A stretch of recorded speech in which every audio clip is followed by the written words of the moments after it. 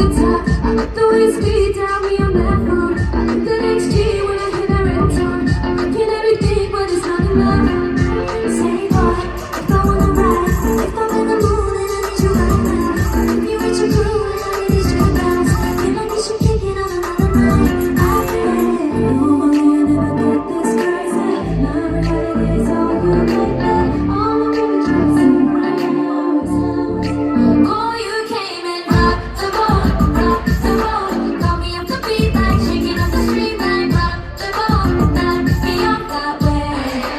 Oh, you came and rocked the boat, swimming in the deep water, but in the sea I'm off the boat, knock me off that way.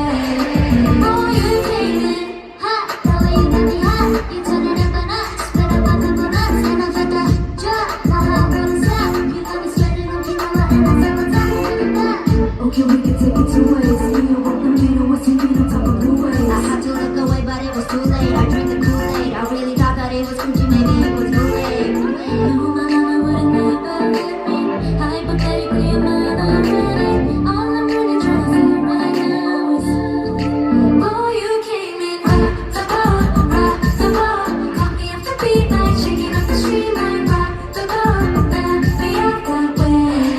Oh, you came in rock the boat, swimming in the deep water, but in the sea I'm off the boat, knock me off that way.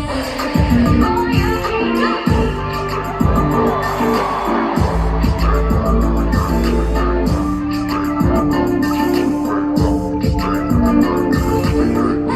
so you playing that game, back to back, you be calling all day, back and forth, calling even more friends, even on text, even on text. Don't trip, boy, give me my space.